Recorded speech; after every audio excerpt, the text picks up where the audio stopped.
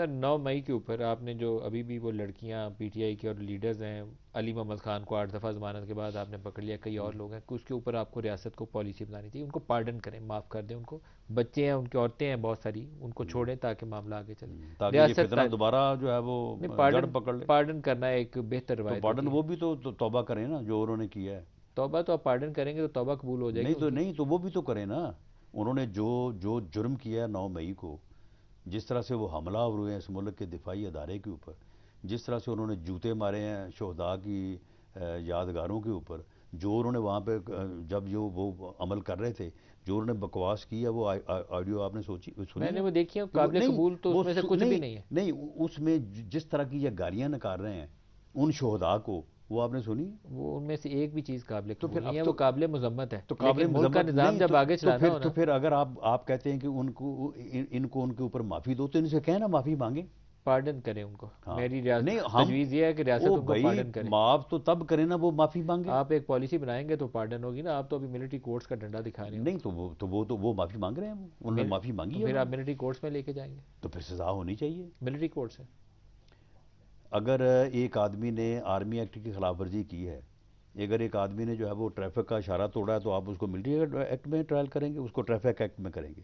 اور اگر کسی نے جو ہے وہ ملٹری ایکٹ کی خلاف ورزی کی ہے تو آپ اس کو پھر جو ہے وہ اپنا ٹریفک لاز کے تحت آپ اس کو چلان کریں گے. تو عمران کا کیس ملٹری کورٹس میں جائے گا یا وہ سول بھائی میں؟ ملٹری ایکٹ جو ہے، آرمی ایکٹ 1952 جو ہے وہ کیا ہے، اس ملک کا ویلڈ لا نہیں ہے.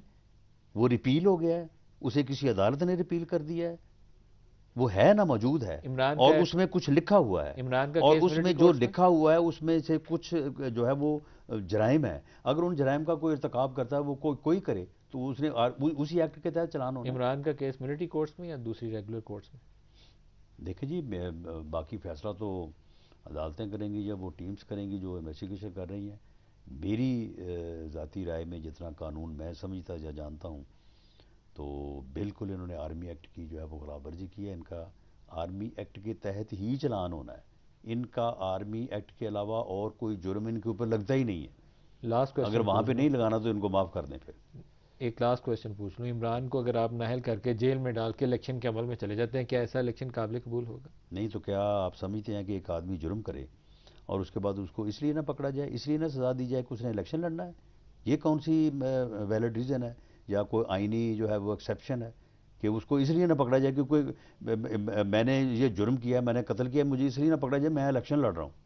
یہ کہاں کا قانون ہے؟ یہ کہاں کا آئین ہے؟ تو پھر اس کا مطلب ہے کہ عمران جیل نہیں، میں اس کا ہوگا، کوئی نااہل مطلب ہوگا نہیں. اور اس کے بعد نہیں، الیکشن ہوگا؟ نو، اس کا کوئی مطلب نہیں ہے. اس کا مطلب صرف یہ ہے کہ جو انہوں نے کیا ہے، وہ جرم جس نے کیا ہے وہ اپنا جرم انڈیپینڈنٹلی بھگتیں، اس کو وہ فیس کریں.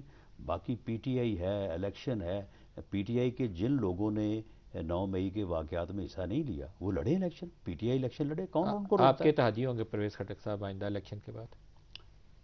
نہیں، ہمارے وہ اتحادی نہیں ہو گئے کیونکہ ان کے ساتھ ہماری کوئی اس قسم کی فی الحال تو کوئی نہ پوسٹ گفتگو ہوئی ہے. الیکشن ہو جائے گی پرویز خٹک کی پیپلز نہیں، پارٹی پوسٹ وہ الیکشن تو پھر پی ٹی آئی نہیں، پارلیمنٹیرینز؟ جب عوام کا فیصلہ سامنے آ جائے گا تو پھر تو جو چیزیں سامنے آئیں گی، تو اگر انہوں نے مل کے، کسی نے اپوزیشن مل کے کرنی ہے، کسی نے گورنمنٹ کرنی ہے، وہ تو پھر سمجھوتے ہو ہی جاتے ہیں.